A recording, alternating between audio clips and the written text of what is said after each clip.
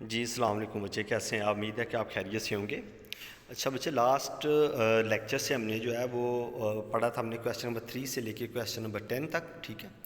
Chapter number 10 का ही आज जो है वो चैप्टर नंबर 10 का हमारे पास क्वेश्चन नंबर 11 है, ठीक है। ये इस चैप्टर का लेक्चर नंबर 3 है, जिसमें हमने पढ़ा है कि आज जो है वो पढ़ने लगे हम क्वेश्चन नंबर 11 में normal distribution is a continuous explain it.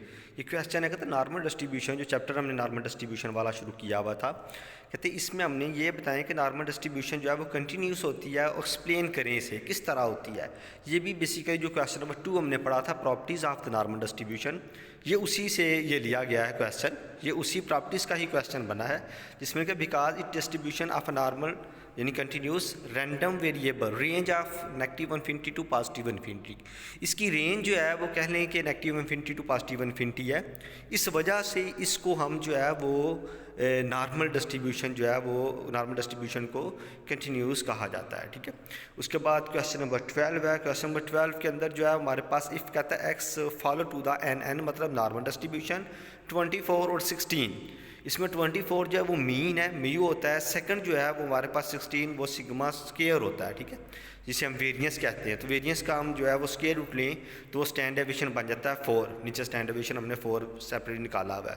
कहता फाइंड Q1 एंड Q3 आप निकालें। तो Q1 का फार्मूला हमने ये प्रॉपर्टीज़ में पढ़ा हुआ है आपने, क्वार्टाइल 1 म्यू मतलब मीन नफी 0.6745 सिग्मा।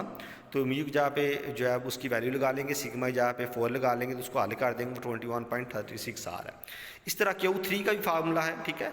वो Q1 अगर नफ़ी में है तो Q3 वो पॉजिटिव में होता है, मीन प्लस, ठीक है, 0.6745 सिग्मा, और उसकी मीन की जगह पे हम 4 लगा लेंगे और सिग्मा की जगह पे मतलब 4 म्यू की जगह पे 24, तो ये इसकी हम कैलकुलेशन कर लेंगे, ठीक है। उसके बाद क्वेश्चन नंबर 13 है, कहते इफ क्वार्टाइल डेविएशन यानी कि QD इज इक्वल टू 10 है and X is the normal distribution find mean deviation. तो ये मीन डेविएशन आपने फाइंड करके देना है। तो मीन डेविएशन का हमने फार्मूला पढ़ा हुआ है 4 सिग्मा ओवर 5, ठीक है। तो उससे पहले हमने मीन डेविएशन के लिए सिग्मा की वैल्यू निकालनी पड़ेगी। तो सिग्मा के लिए हम जो है वो क्वार्टाइल डेविएशन का जो है वो फार्मूला हम यूज़ करेंगे, QD is equal to 2/3 sigma divide by मतलब 3, ठीक है। तो इसको हम क्वार्टाइल डेविएशन की जगह पे 10 यूज़ कर लेंगे और 3 जो है फार्मूले का ये, तो इसी को हम जो है 3 तो जाके मल्टीप्लाई हो जाएगा 32 उधर मल्टीप्लाई हो रहा है वो जाके डिवाइड हो जाएगा, तो सिग्मा इज इक्वल टू 15 आ जाएगा, ठीक है। तो 15 जो है दूसरी तरफ मीन डेविएशन वाले फार्मूले में हम जो है वो सिग्मा की जगह पे 15 लगाएंगे और ये 4 × 15, तो जवाब आएगा उसको हम 5 से डिवाइड करेंगे तो आ जाएगा ये 12। उसके बाद क्वेश्चन नंबर 14 है, कहता what is the range of normal variable. ये जो नॉर्मल वेरिएबल है इसकी रेंज क्या है। तो its range is uh negative infinity to positive infinity, ठीक है। ये सिंपल बिल्कुल क्वेश्चन है, ये ऊपर भी हम पढ़ के हैं, बार बार इसको हमने 2-3 बार पढ़ा है। जो आंसर सेम है, range negative infinity to positive infinity, लेकिन उसके जो क्वेश्चन हैं वो डिफरेंट बने हुए हैं, ठीक है। तो इस वजह से जो है इसको हमने जो है वो डिफरेंट क्वेश्चन में पढ़ा, क्योंकि ये इनका इंपॉर्टेंट क्वेश्चन है, ठीक है। उसके बाद क्वेश्चन नंबर 15 है, कहते हैं normal distribution what are the value of sigma square sigma 2 and ये म्यू 2 एंड म्यू 4, ठीक है। इसमें हमारे पास कहते हैं normal distribution what are the value of mu 2 and mu 4। Mu 2 और म्यू 4 की आपने वैल्यू बतानी है, यानी कि फार्मूला बताना है सिंपली, ठीक है। तो म्यू 2 इज इक्वल टू होता है हमारे पास सिग्मा स्केयर और mu 4 is equal to sigma की पावर 4 होता है। उसके बाद 16 है, क्वेश्चन नंबर 16, ये शॉर्ट क्वेश्चन है बेसिकली सारे, ठीक है। कहते हैं नॉर्मल डिस्ट्रीब्यूशन Q1 की वैल्यू गिवन है 15, Q3 की वैल्यू है 25, तो find the mean median and mode. Mean median mode की आपने वैल्यू बतानी है, ठीक है। तो मीन का फार्मूला हमारे पास होता है, मीन जो है वो Q2 के इक्वल होता है, ठीक है। लिहाजा इसमें Q1 + Q3 डिवाइड बाई 2, उससे निकल आएगा हमारे पास Q2, यानी कि आप कह लें कि Q1 और Q3 के दरमियान में Q2 होता है। तो मिड पॉइंट निकालने के लिए दोनों वैल्यू को जमा करके 2 पे डिवाइड किया जाता है। तो ये मीन का फार्मूला, तो मैं 15 + 25 डिवाइड बाई 2 तो आ जाएगा हमारे पास 20। तो आगे हमने नॉर्मल डिस्ट्रीब्यूशन में पढ़ा हुआ है मीन मीडियन मोड तीनों इक्वल होते हैं। तो जब मीन की वैल्यू 20 है तो मीडियन भी 20 हो जाएगा और मोड भी 20 हो जाएगा। उसके बाद स्टैंडर्ड डेविएशन का फार्मूला है 3/2 क्वार्टाइल डेविएशन। ये ऊपर हम पढ़ के आए हैं, ये देखिएगा ये हमारे पास है mean first one quartile deviation is equal to 2/3 sigma, sigma हम स्टैंड डेविएशन को कहते हैं यहाँ पे। तो वहाँ से हमने ये फार्मूले को उसने शिफ्ट कर दिया है, स्टैंड डेविएशन साइड पे निकाल लिया और कोटाइल डेविएशन जाके मल्टीप्लाई हो गया, ठीक है। तो इस वजह से इसकी कोटाइल की जगह पे हमने कोटाइल डेविएशन इक्वल होता है हमारे पास Q3 सब्ट्रैक्ट Q1, तो उसकी जगह पे हमने Q3 सब्ट्रैक्ट Q1 यानी कि एक जगह Q3 की वैल्यू लगाई है और सब्ट्रैक्ट उसमें से Q1 की वैल्यू की है। ये कोटाइल डेविएशन हमने आपने पढ़ा हुआ है ये पहले भी, उसमें जो है वो कोटाइल डेविएशन जिसे हम इक्वल टू Q3 सब्ट्रैक्ट जो है वो हमारे पास होता है Q1, ठीक है। डिवाइड कर देंगे 2 से तो ऑलरेडी हमारे पास जवाब आ जाएगा उसका, ठीक है।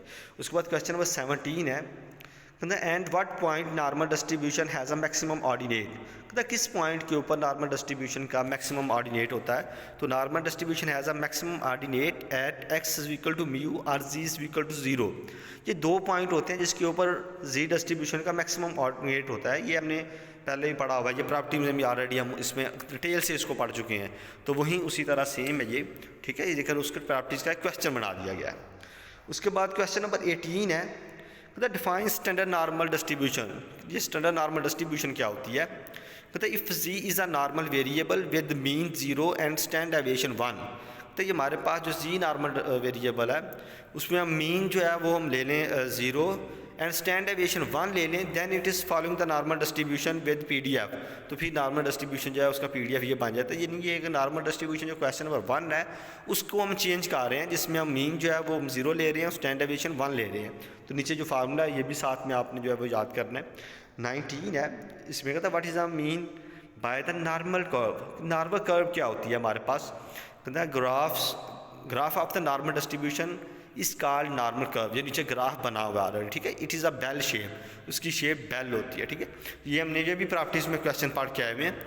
तो यहाँ पे इसकी शेप साथ में आपने लाजमी बनानी है, दरमियान में म्यू है, दूसरी तरफ प्लस में जा रहे हैं और जो है वो लेफ़्ट साइड पे नेगेटिव में जो है वो साथ में लिखा जा रहा है, ठीक है। ये थोड़ा सा जूम करके देखें तो आप ये देखें वाज़ह तौर पे नज़र आ रही है डायग्राम के अंदर म्यू प्लस सिग्मा, फिर mu plus 2 sigma, mu plus 3 sigma.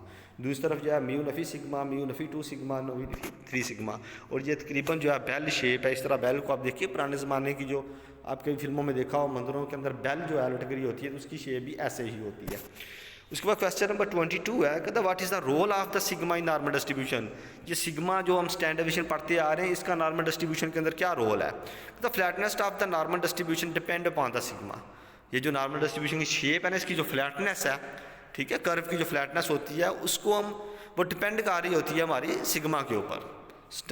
ऊपर आप नीचे देखें कर्व, ऊपर जो ग्राफ बना हुआ है उसमें म्यू के आगे म्यू प्लस सिग्मा है, ठीक है। ये सिग्मा जो है इस फार्मूले के अंदर यूज़ हो रहा है, तो ये इसके ऊपर डिपेंड कर रही होती है, ठीक है।